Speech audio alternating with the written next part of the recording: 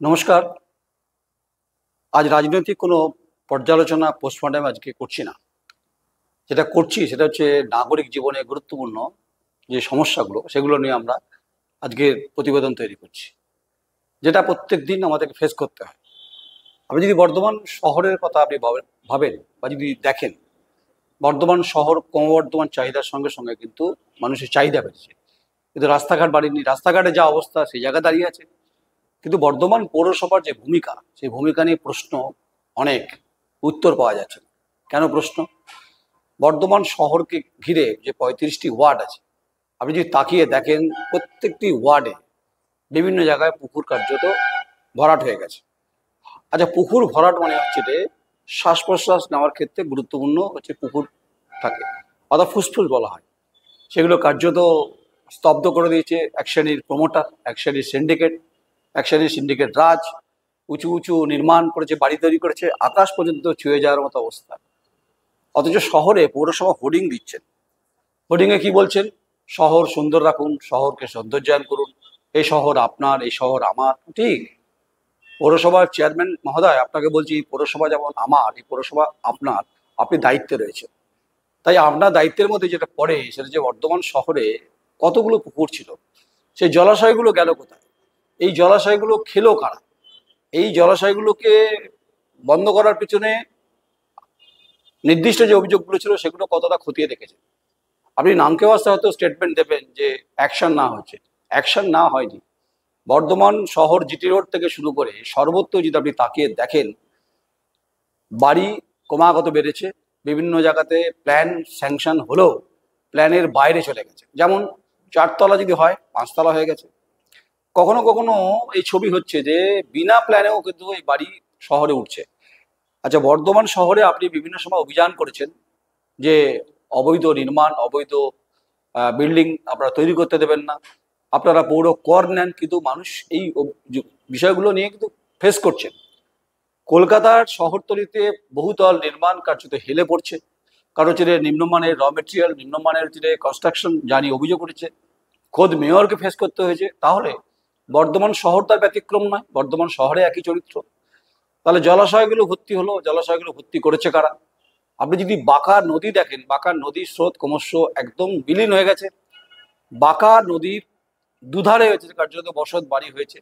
যদিও চেয়ারম্যান সাহেব আপনি বলবেন যে এর ইরিগেশন ডিপার্টমেন্টের কাজ, কিন্তু আপনি খোঁজ নিয়ে দেখুন যে বাঁকার পাড়ে 35টি ওয়ার্ডের মধ্যে যে কটা ওয়ার্ডের মধ্যে দিয়ে বাঁকাটা গেছে, সেখানে কার্যত হচ্ছে বসত বাড়ি, ইনলিগেল কনস্ট্রাকশন সেখানে হয়েছে। অর্থাৎ নদীটাও বাদ যাচ্ছে না। শহরের মধ্যে দিয়ে একটা হাটলাইন, সে তার যা আবর্জনা, তার যে জঞ্জাল পরিস্থিতি, ভয়ঙ্কর অস্বাস্থ্যকর পরিবেশ। তাহলে মুখ্যমন্ত্রী মমতা বন্দ্যোপাধ্যায় বহুতল নির্মাণ অবৈধভাবে যারা করছেন তাদের ব্যাপারে টেকেন অ্যাকশন নিচ্ছেন। তাহলে জেলা প্রশাসন করছেন কি? এখানকার জেলা শাসক তার ভূমিকা কি? পুলিশের ভূমিকা নেই, কারণ পুলিশের ভূমিকা হচ্ছে পুলিশ যাবেন ঘটনা ঘটলে।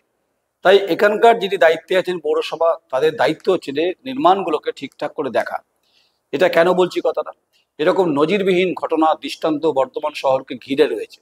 আপনি উল্লাস থেকে নবাবাদ পর্যন্ত যদি তাকান, এদিকে যদি আপনি রথতলা, কাঞ্চননগর পর্যন্ত, উদয়পল্লী পর্যন্ত তাকান, দেখবেন বহু জায়গাতে, বহু এলাকাতে কার্যত বাড়ি তৈরি হচ্ছে, কখনো প্ল্যান হচ্ছে, কখনো প্ল্যান হচ্ছে না।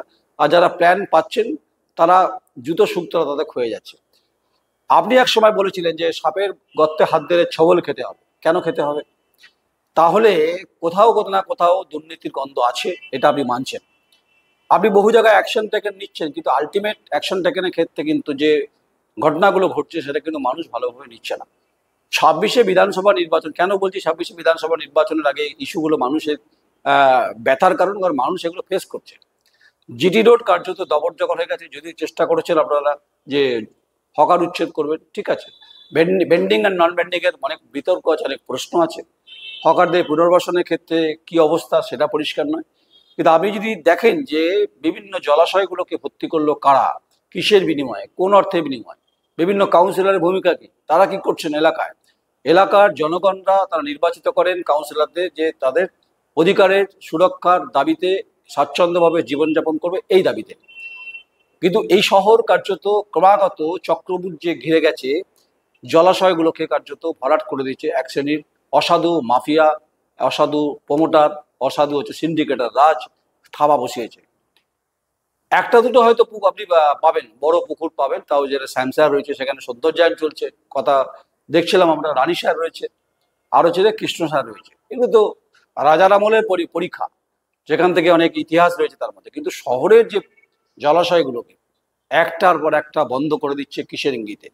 আর বহুতল নির্মাণ যা হচ্ছে তার কতটা কাগজ রয়েছে, কতটা ডকুমেন্টেশন রয়েছে, সেগুলোর ব্যাপারে দায়িত্ব আপনার, তদন্ত করার দায়িত্ব আপনার। তাই আমার যেটা মনে হয়েছে, আপনাকে স্পেসিফিক প্রশ্ন, বর্ধমান পৌরসভার চেয়ারম্যান মাননীয় পরেশচন্দ্র সরকার, আপনাকে দেওয়া স্পেসিফিক প্রশ্ন, বর্ধমান শহরে বহুতল নির্মাণ আকাশ ছোঁয়ার মতো পরিস্থিতি তৈরি হয়েছে, যে কোনো সময় দুর্ঘটনা ঘটতে পারে। এটার ব্যাপারে আপনি কি অ্যাকশন নিচ্ছেন? এটা ফার্স্ট। সেকেন্ড হচ্ছে যে নাগরিক পরিষেবা মানুষ পাচ্ছে কি?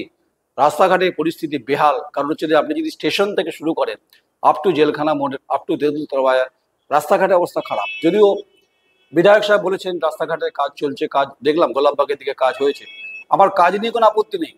আপনি শহরকে পরিচ্ছন্ন রাখবেন, আমি তো আপনার সঙ্গে সহমত পোষণ করছি, কিন্তু সহমত পোষণ করছি না যে বহুতল নির্মাণ রাজ চলছে শহরে, এখানে আপনার ভূমিকা কি?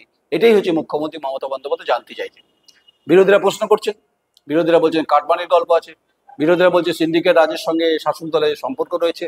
তাই গোটা অ্যাকাউন্টেবিলিটি বর্তমান পৌরসভা আপনাকে নিতে হবে, কারণ মানুষ ট্যাক্স দেয় আর এই প্রশ্ন করার অধিকার আছে, এটা স্বাভাবিক।